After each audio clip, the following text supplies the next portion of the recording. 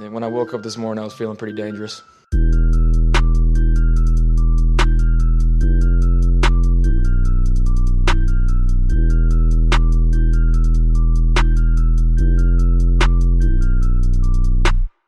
And if we're talking tight ends and we're going into round 2, maybe round 3, give me Ian Thomas, please. Let's just do the damn thing.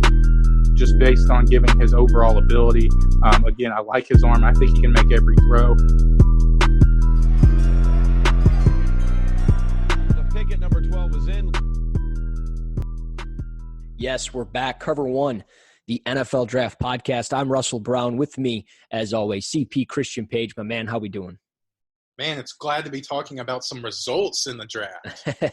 Yeah, man. First round is done and over with, and we are going to break it down here. We're going to talk a little bit about the meat and potatoes of the draft, day 2 for tonight, as we bring you this on a Friday afternoon. But yeah, first round is in the books. We've got some results to talk about.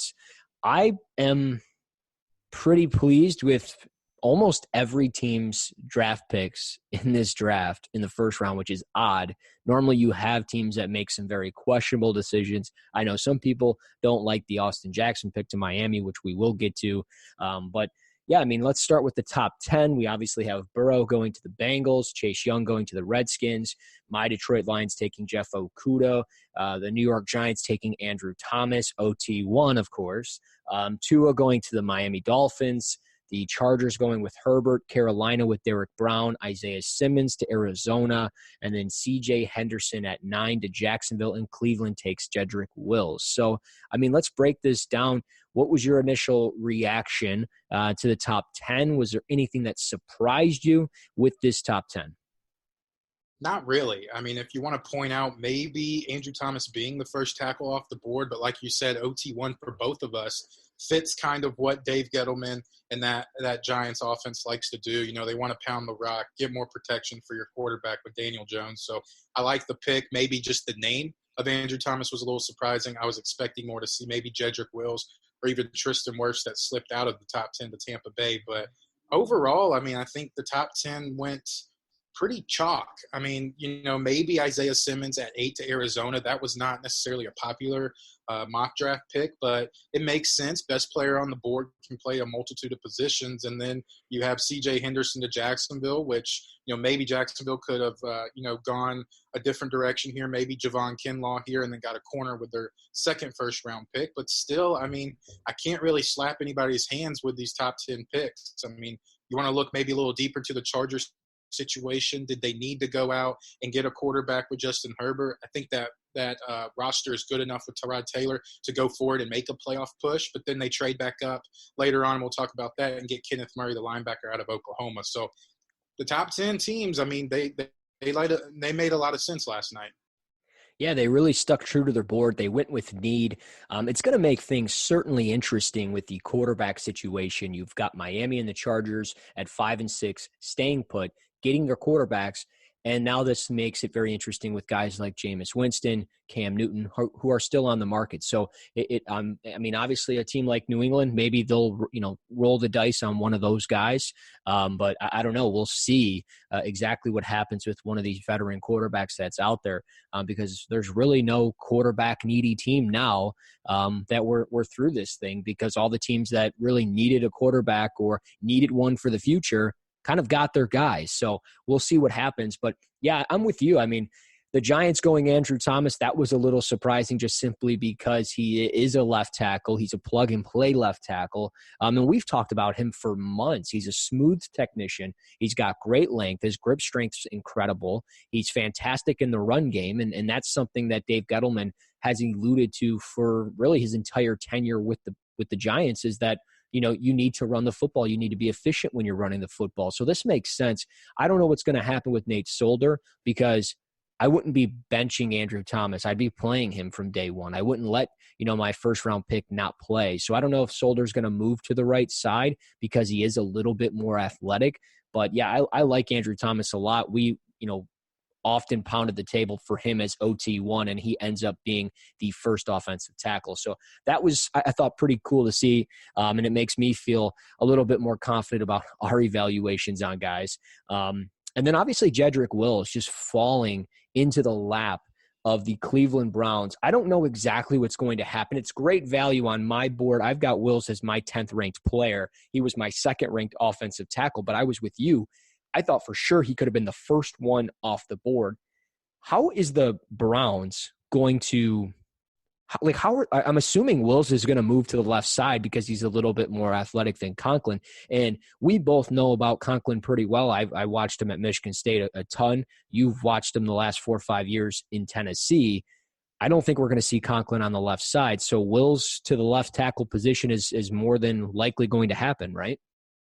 Yeah, 100%, especially, given him being a top 10 pick here. And most, I know the league's changed where you'll see some premier pass rushers line up on that right tackle side. But I just think, like you said, given Will's athleticism and just it seems like his high football IQ, that he could just be a plug-and-play guy there at left tackle. And given the contract that Cleveland just gave Conklin to play on that right side, makes a lot of sense for Cleveland here. But like you said, I mean, they were probably extremely happy to have a guy of the caliber of Wills fall into their lap at 10 because at this point in some mocks, we were looking at probably the 3rd offensive tackle off the board here and possibly the best guy in the draft at that position falls to Cleveland at 10. So I guess going back to your initial question, just resurfacing the top 10 question, any surprises? I guess there was no iconic trades, where there was all these rumors about Detroit's going to trade out and, Miami or the Chargers are going to pop in or even, a team, outside the top 10 may sneak up there in some regard. But I don't know. It just went it went smooth and it was kind of boring, but it made a lot of sense. So I can't blame teams for making really smart picks there in the top 10. Yeah, I was trying to explain to Lions fans on Twitter and even Lions radio show hosts as I slid into their DMs and we were conversating back and forth, because some of the night hosts for Detroit Sports Radio were very irate that the Lions didn't move back. And I'm just like, I understand your frustration, but we all set this up in our head that they were going to move back when statistics show that they weren't going to move back because Bob Quinn's never moved a first-round pick as a general manager. So I think that's something that's interesting. People are upset here in Metro Detroit, and even other people are saying, they reached on Jeff Okudah and this and that. I think it's a fine pick by them. So I think if there's any team that is getting some heat or some questions asked in regards to that, it would be Detroit just because they didn't trade back, but they did that to themselves. And that's because Bob Quinn this entire time, he addressed the backup quarterback spot by bringing in Chase Daniel. He said months ago that Matt Stafford was their guy, and they never made it believable that they were going to take Tua or Herbert or anything like that. Now, granted, I think not having pro days and those private workouts and private visits, not having that hurt them a little bit in that regard because they couldn't bring those guys to their facilities and work them out. But, I mean, I like the Okudah pick. For anybody that disagrees, feel free to comment and reach out to me on Twitter at RussNFLDraft. But when you're a team that runs man coverage almost 66% of the time, he makes perfect sense. He's got great length, so I like that one. And then just off of what you said with Isaiah Simmons, I'm a little surprised by it, but at the same time, not really. And in my final mock draft, I had Arizona moving down because we did think that there was going to be a bunch of trades. It sounded like there was going to be a bunch of trades because we had never heard about this much trade activity, I think, before a draft. Not that I can remember. And then it pretty much, like you said, goes chalk. We don't see any trades until the 13th pick between Tampa and San Francisco. And it was the first time since 2015 where there weren't any trades in the top 10. So, I mean, history was showing that we were going to see those trades. So Isaiah Simmons, I thought, was a great pick for Arizona. I thought they could have moved down and they would have been interested in another Oklahoma kid, Kenneth Murray, just because of the high character and all of that. But they go with the guy that also has great character and is a tremendous player, the 3rd best player in this draft in Isaiah Simmons. So I really like how this top 10 shaked out. Every team really went with need, not a whole lot of reaches or potential value for the future. I think it was need and value for everybody in that top 10. So it's going to be interesting. But then we go, 11 through 21. The Jets go Mekhi Becton. Vegas goes Henry Ruggs, first receiver off the board, which we called months ago. Tampa Bay, they move up a spot, and that's our first trade. Tampa Bay gives up the 14th pick and a fourth rounder to San Francisco, and San Francisco gives up the 13th pick and a seventh rounder. And San Francisco moves again in this draft. So I don't know exactly what they're playing with for the rest of this draft. They might only have one or two picks left, if that. But yeah, so San Francisco moves down a spot. Tampa Bay moves up. They take Tristan Wirfs. The 49ers then take Kinlaw. Denver gets a guy that you really like, and we'll talk about, Jerry Jeudy. And then Atlanta, they go A.J. Terrell, which was interesting, but I can see it, and I'll explain here momentarily. One of our favorite picks, certainly my favorite pick in the draft, Dallas going C.D. Lamb out of Oklahoma. Miami getting Austin Jackson. Raiders are back on the clock. They go Damon Arnett. Jacksonville, again on the clock, they go Kayvon Chasen, and then Philadelphia going Jalen Reagor. So I like really all these picks as well. Not a whole lot of activity outside of the one trade, but let's break it down 11 through 21. What did you like? What didn't you like? And what was maybe your favorite pick? Yeah, I think all the teams that you read and all the selections you made, maybe the player didn't really fit that primary, prospect value, however you want to look at it, but just tackling needs, I think all the teams check the box in that regard. You were talking about Henry Ruggs to the Raiders being that first wide receiver off the board that we've been talking about pretty much ever since the Senior Bowl, maybe even a little before that. But I was a little surprised that I wasn't surprised that he was the first one off the board. I was surprised that team was the Raiders, because I think they needed more of maybe a possession type player like a C.D. Lamb out of Oklahoma, like a Jerry Jeudy that went to the Broncos at 15. But Ruggs still gives that dynamic playability. I think there's just a lot more to be proven by him. And I don't mean that as a knock on his ability whatsoever. I think the potential's through the roof, and Mayock and Gruden were definitely excited when they were able to select him at pick 12. Tampa Bay, I didn't necessarily understand why they moved up one spot to get Tristan Wirfs. I think he would have been there at 14 unless San Francisco, you mentioned it right before we hopped on here and hit record, that maybe San Francisco notified Tampa and said, hey guys, we're getting some teams that want to trade up to get this offensive tackle out of Iowa. Are y'all interested in maybe switching spots just to make sure you can solidify that selection? So maybe it does make a little sense if we get the background information there. But I'm going to stop here at 14 with San Francisco taking Javon Kinlaw out of South Carolina. I touched on this a couple weeks ago. It was a popular mock draft pick given the situation that DeForest Buckner was shipped off to Indianapolis and San Francisco received this pick in return. To me, I don't necessarily see the logic behind dumping off a player on the defensive line and virtually getting the same guy here with your top 15 pick, because I think if you did that, why not sign a veteran guy like Buckner and then just go forward with him, and then, in the back end of the first round, maybe get your safety, maybe get a wide receiver in this deep class. So there's a lot of convincing that needs to be done on my side if somebody wants to make sense of the San Francisco pick. I get it from a depth chart perspective, but I don't think the next step going forward to win the Super Bowl is necessarily on that defensive line. I think they need a little more playmakers on that offensive side of the ball. Jimmy Garoppolo, he's a solid quarterback, but he needs help. He needs some playmakers on the perimeter. I think going wide receiver would be a lot better in this situation. This is not a knock on Kinlaw whatsoever. I still see him as a top 15 value, but I don't necessarily get the pick in the sense of why did you ship off Buckner to Indianapolis and then you virtually get the same player from an athletic scheme profile in Javon Kinlaw. So that's the biggest question mark I have here. Now, given I don't have all the information based on, cap space, this, that, and the other. So that may have been, a bigger reason why they went this direction, but it didn't puzzle me, but I'm still not 100% in agreement with the selection.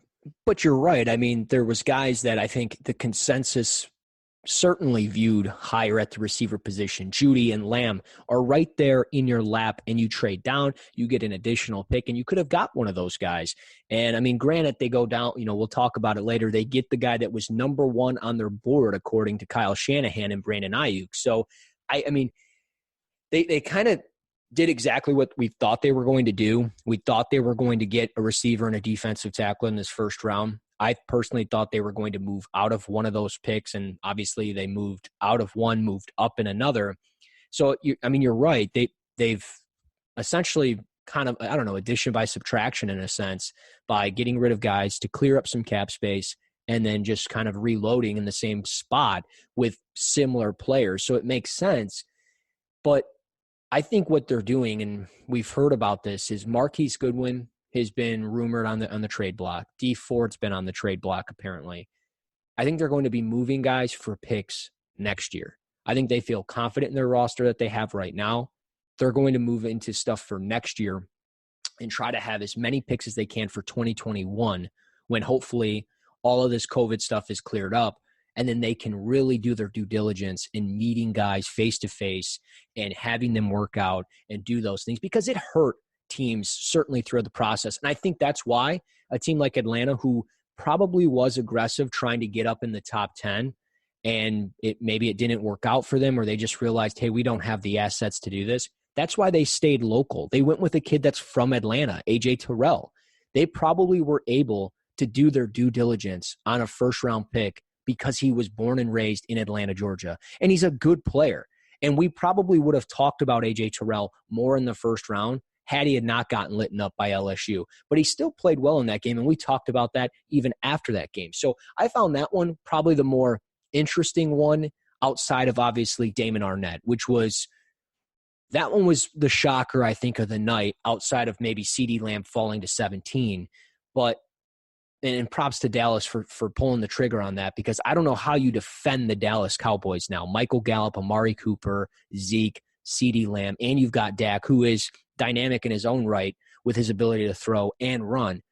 But Vegas going Damon Arnett at 19 really shocked a lot of people, because if we're talking players that have maybe some off-the-field issues or questions, Christian Fulton would have been the guy that I would have pulled the trigger on. He's my 14th ranked player. He's still available going into tonight. I would have taken him at 19 in a heartbeat. But they take Damon Arnett. You were talking about it before the show. John Gruden was all about it. That was like he was pounding the table. He was slapping hands with people. So clearly they got a guy that they really value. I'm curious as to how this one's going to work out with Damon Arnett. I am too, because I feel like there was a lot more corners on the board that kind of, had that CB1 mantra. And maybe Arnett, maybe it's just me, falling victim just to my eyes on film of him being that second quarterback at Ohio State. But I don't know. He struggles with a little things. I think his anticipation isn't first-round caliber. I think sometimes he struggles in some transitions, but I mean, overall, I think he's a smart player. He has the physical ability. I'm not knocking him being, if he was a second-round pick, that probably would have been just fine. But maybe with just some of the other CBs on the board, like a Fulton, among some other players that may fit more what the Raiders want to do, Arnett was just a little surprising. But understandably, I get it. There was a need at corner for the Raiders there, so they went up, and I guess they just got their guy. And like you said, Mayock and Gruden, they were fist pumping. They were giving high fives. They were extremely excited about this pick, almost like the Cleveland Farrell pick a year ago, where it's like, hey, guys, y'all could have traded down and still got your guy. But so be it. I'll let them do their job. It's still premature to give them really a grade on their draft selection so far. So we'll just have to play the wait-and-see approach.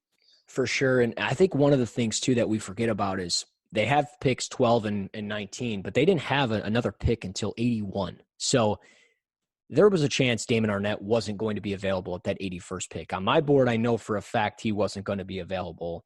I sent a tweet out last night kind of showing his draft profile card, and he was my 43rd player on my board. So there, in my opinion, there was no way he was going to be there at 81. I mean, crazier things can happen, but and I even talked with Zach Hicks of Cover One, and he even said to me, I mean, and I trust his defensive back knowledge and the way he watches that tape, but he said his tape was first round worthy, and outside of some of the off the field stuff, he probably would have gone in the first round, and obviously he does. So I think this one's going to be an interesting one.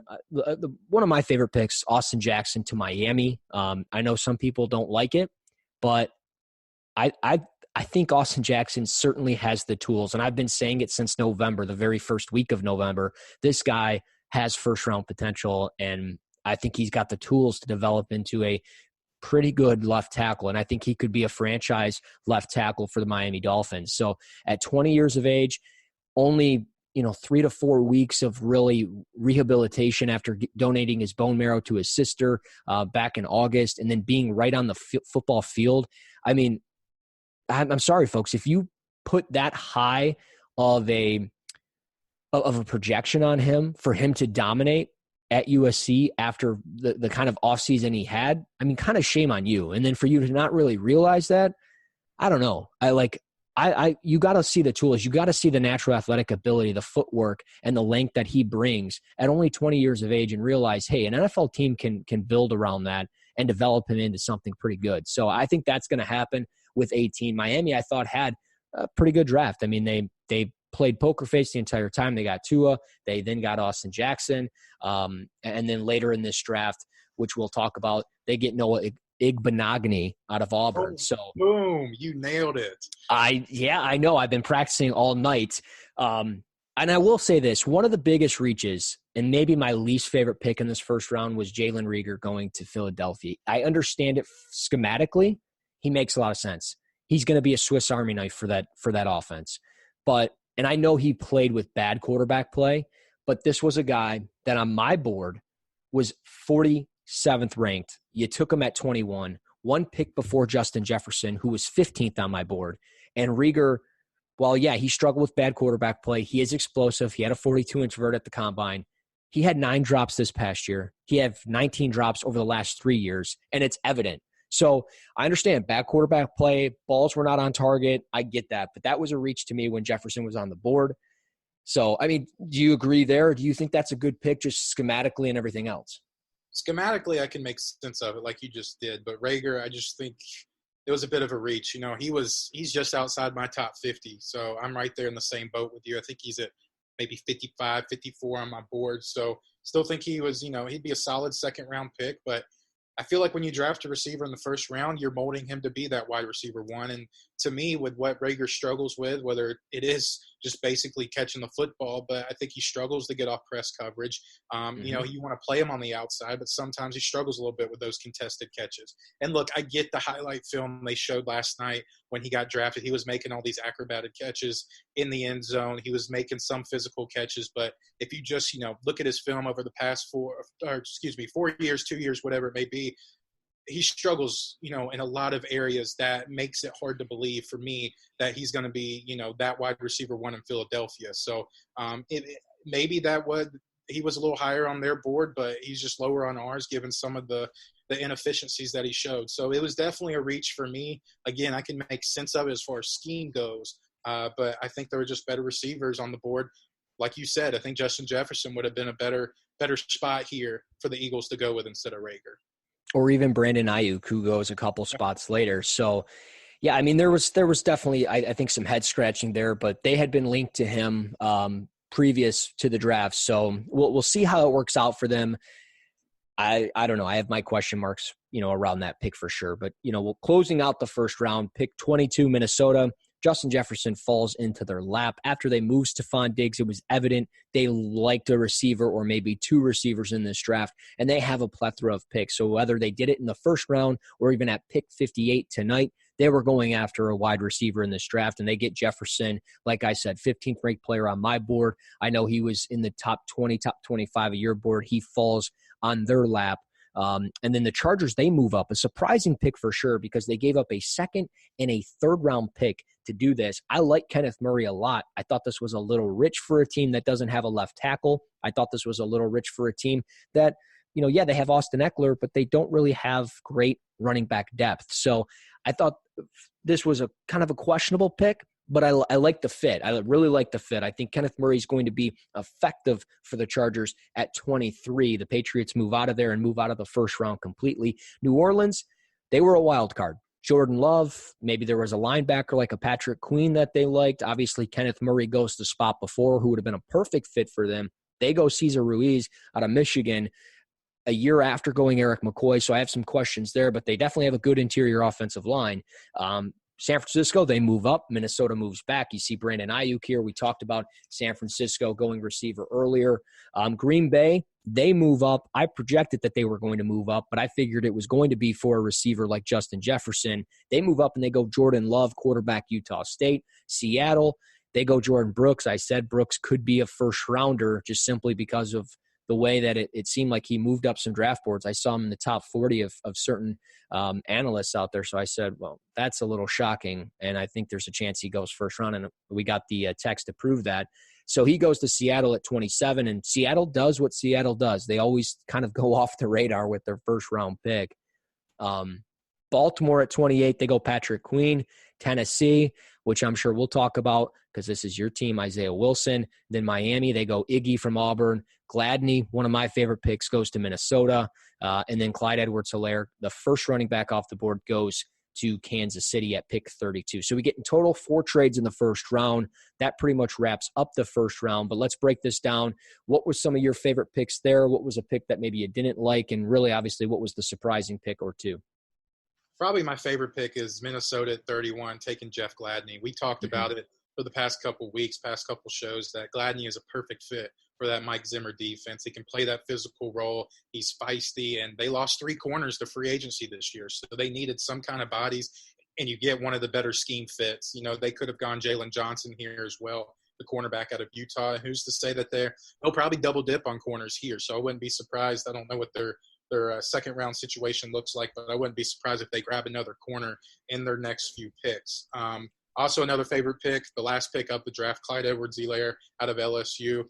It wasn't really surprising that he was the first running back off the board. You know, he had a lot of intrigue. He plays that versatile role.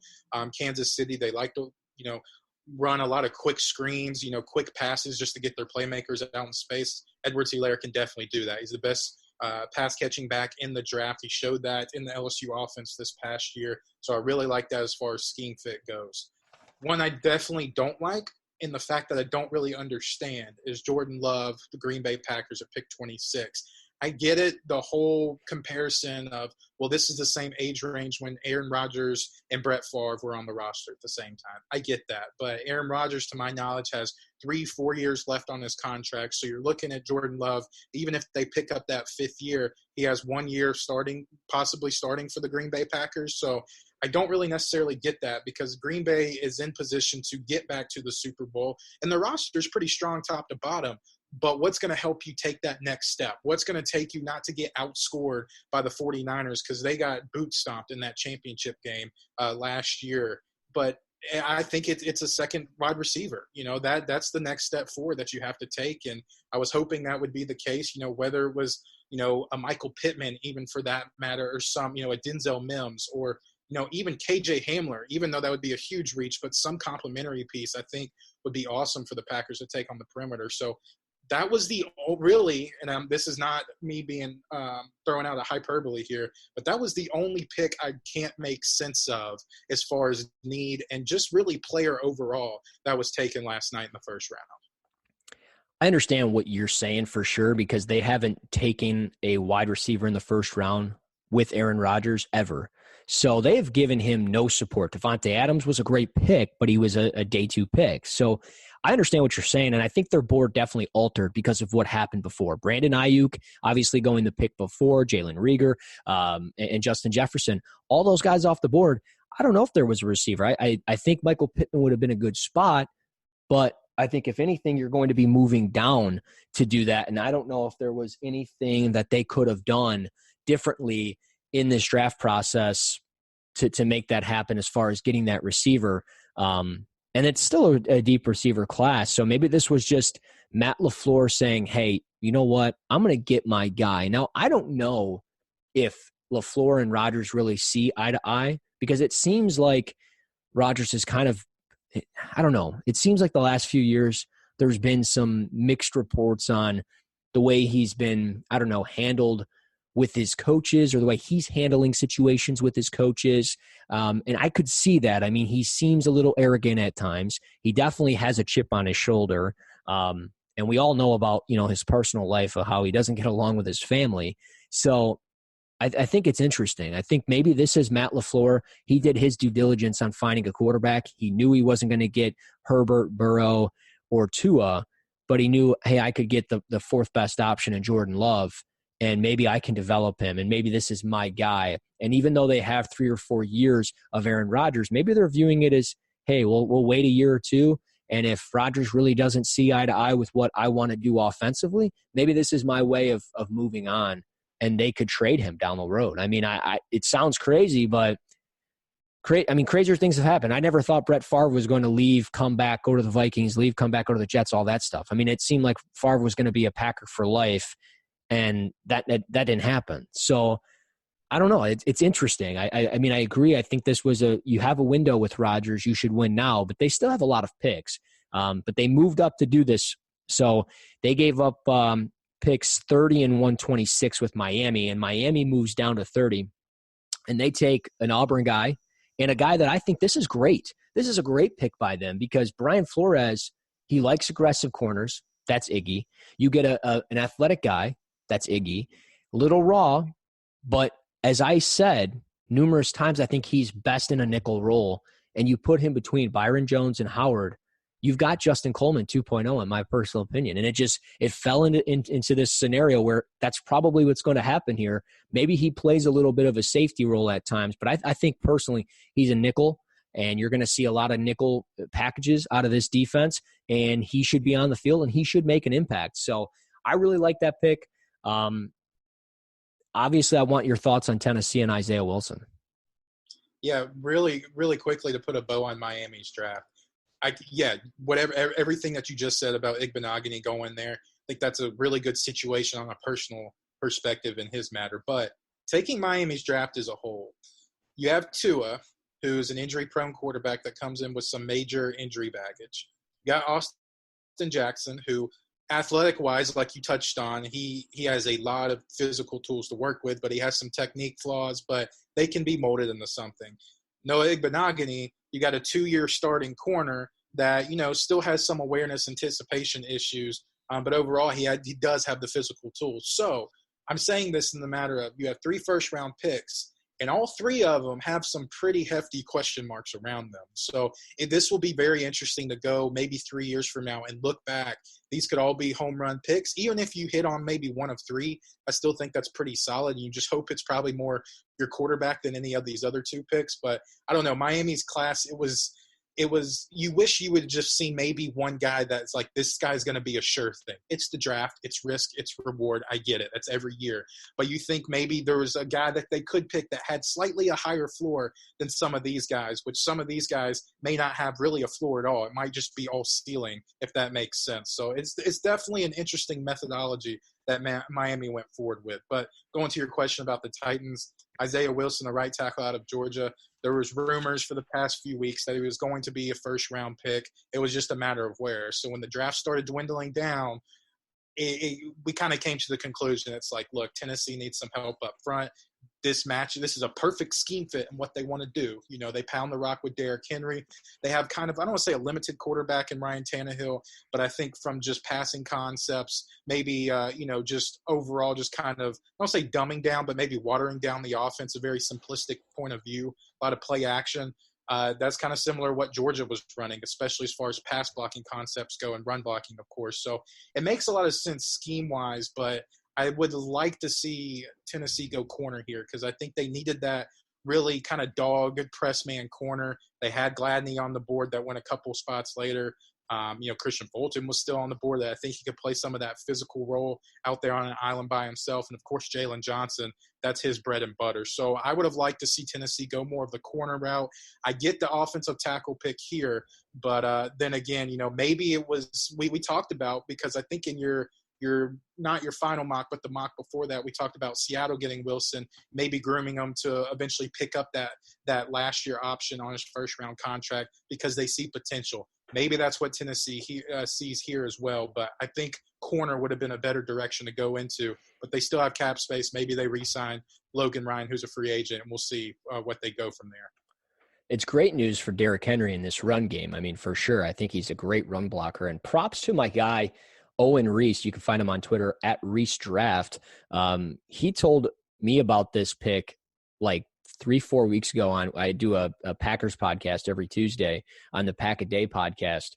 And he said, hey, I shot Joe Marino a text and said, the Titans are going to take Isaiah Wilson at pick 29. And then he told me about that like during the show. And I'm like, I could actually see that. And then all of a sudden, boom, the rumors started swirling, and then we talked about it, and then here we go, and it happened. So, yeah, I wanted your reaction because you're a Titans fan. So, I mean, I don't know. I think it's definitely a reach, but they probably realized at pick 61 he wasn't going to be there. So they went with maybe their biggest need on their board, being that they want to protect their investment in Ryan Tannehill, and they want to make sure that their $15 million running back on the tag is Derrick Henry, and they want to make sure that he's running upright and everything else, even though he could do that on his own because he's massive. But, yeah, that's the first round. I mean, I'm not going to give out grades. I think that's always premature. Let's see how these players kind of fit into the scheme, and let's see what happens really with an off-season program and everything, because we might not even have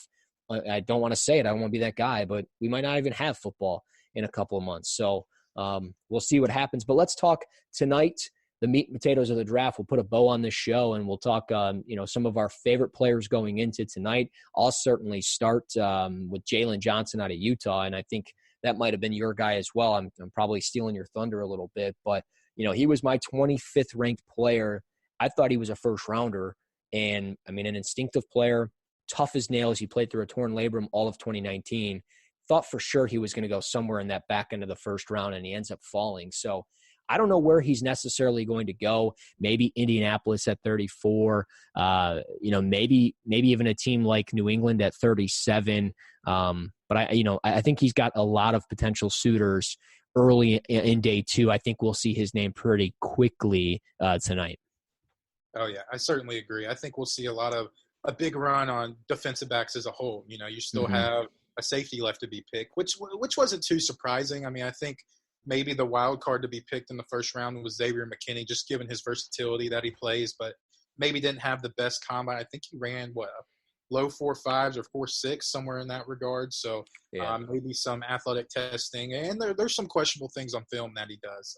He may not pop as much as some of these other safeties. So I definitely think we will see a run on corners and safeties, like you said. Fulton probably come off the board early, Jalen Johnson as well. And then, we'll probably see Winfield Jr., Ashton Davis, McKinney, Delpit, and possibly even Jeremy Chin in the top 50 as well. So I think we'll definitely see, a run on defensive backs early, and probably some running backs, since, Kansas City already selected the first one with Edwards-Helaire out of LSU. I think it's always waiting on that first team to pick the running back, and then the domino effect happens. So I think DBs and running backs will be pretty hefty tonight, and of course wide receivers as well, just given how deep this class is.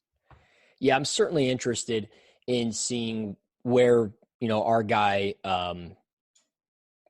Antoine Winfield Jr. ends up landing in this draft. I think he could have been the first safety. He could still be the first safety. Like you mentioned, we haven't had a safety off the board. And for Xavier McKinney, he ran a 4.63, by the way. But yeah, with Winfield Jr., great instincts, comes from the NFL pedigree.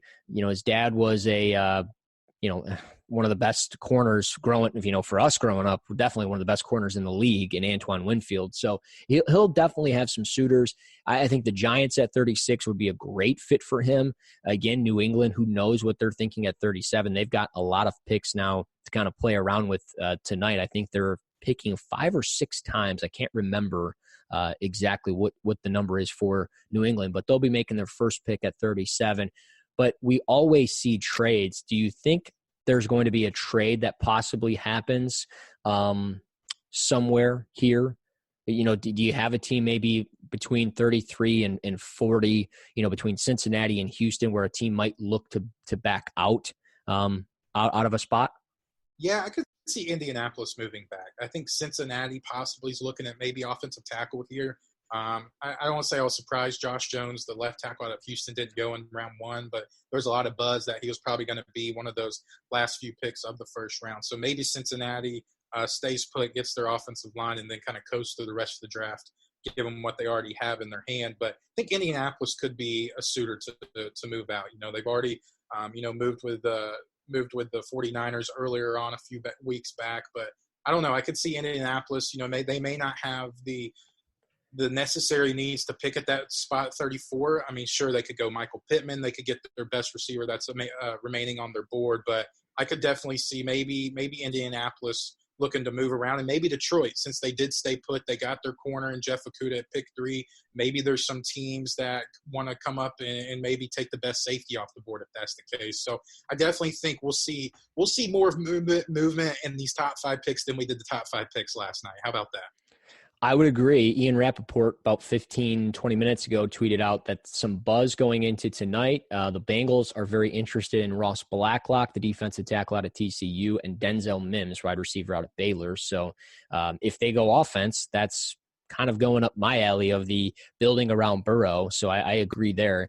And like you alluded to, the Colts are interested in moving out. He did say that the Colts and the Dolphins at 34 and 39 are open to moving out. Saints, Jets, Jaguars, and Falcons are teams that have been aggressive trying to move up. So clearly those teams will have some interest in guys. The Saints, maybe they're interested in a certain defensive back or maybe a linebacker or I don't know, maybe there's a quarterback that they have in mind that they want to make sure that they get, maybe a Jacob Eason. The Jets, maybe they're interested in a wide receiver. So maybe a Michael Pittman Jr. Would be something that they're interested in. They've got pick 48. Atlanta's got pick 47. And we always hear about how aggressive the Falcons are, but maybe there's a defensive tackle like a Ross Blacklock that they'd be interested in as well, because they were potentially rumored to take Derek Brown or Javon Kinlaw in the first round. So I don't know. It's going to be interesting tonight. For me as a Lions fan, I'm hoping that Detroit does move out of 35. Maybe they move from 35 to 40 or 41, and they're still able to land a guy like a Jonathan Taylor out of Wisconsin. I would love the thought of them going after a running back, just because I would like a little splash. I'd like a little something, a little sizzle to get excited about, but I would not be opposed to them going defense. Zach Bond out of Wisconsin would make a lot of sense for them. A.J. Epinesa out of Iowa would make a lot of sense for them. So they need an edge rusher. I think one of those two guys at 35 could be there, and I think they would be, smart to stay there and take one of them. But even if they move back to 41 and they can land one of them or a running back, that would be awesome to see. For the Bills, and we'll close out on the Bills because, we have so many Bills fans that listen. They have pick 54, and then they pick at 86. What are some thoughts there for them of what they could do? Yeah, well, the Yetur Gross-Matos, the defensive end / edge rusher out of Penn State, that situation could come to fruition. They're at 54. I doubt he's on the board that long. You just touched on Detroit maybe needed some help as far as pass rushing goes. New England definitely does as well. But there's a few guys, Zach Bond, like you said, Marlon Davidson's on the board that schematically could fit for both Detroit and New England. So maybe a guy like Gross-Matos does slip down there a little bit. And then there's a handful of really solid receivers left on the board. Even if we see that wide receiver run happen early, I still think, there's probably 5 or 6 guys that are definitely a candidate to be picked at 54, and nobody would really bat an eye at the selection. So I think edge rushers definitely still in play here for Buffalo, and of course wide receiver is as well with a handful of guys still there. So Buffalo, they're still in a pretty good spot. I don't know if we'll see any movement. I don't think it's necessary at this point, but it definitely wouldn't really surprise me if they were one of the movers early on tonight's draft. Yeah, for sure. I think Laviska Shenault would be a great fit for them. I know I've had some concerns as far as injuries, and I'm still concerned there. But, if you can move up and get a guy that's 6'1", 227 and is able to do multiple things, I think he'd be a pretty good fit. And he might fall to them at 54, so we'll see. I forgot all about Yetur Gross-Matos, but I did write about him on my best available on day 2, so I'm excited to see where he lands. But no, tonight is the meat and potatoes of this draft. It's going to be a lot of fun. We're going to get through picks 33 all the way down to 106. So it's going to be a great night of the NFL draft. CP, where can we find you on Twitter? What do you got? Any content you're working on between today and tomorrow? Yeah, @ Christian Page. And I'll probably just lay low, just answer questions on Twitter and the Slack channel. So be sure to be following along there. This is kind of one of the more, I want to say relaxing ones, but it's kind of fun because you see a lot of really good players come off the board early. But then when you get in round 3, there may not be as many names that people recognize. So it's really fun to answer questions about some of those, I'll say anonymous players, but some of those, featured players that may not be known as much. So I'll definitely be on Twitter @ Christian Page answering questions there. And then when the draft concludes tomorrow, just maybe putting a bow on the draft and just talking about who had the best haul overall. And, of course, detailing some of the value picks overall. Will you have a 2021 NFL mock draft on Monday morning? No. If you want me to, I can. I'm welcome to name drop some players, but I don't. The mock draft scenario the day after the draft, man, I've never liked it. I'm maybe with given I'm like, you just drafted 7 rounds worth of players. How do you still have team needs? But hey, so be it. But player rankings, yeah, sure, we can talk a little ball in 2021 prospects, but no, I will definitely not have a mock draft on Monday.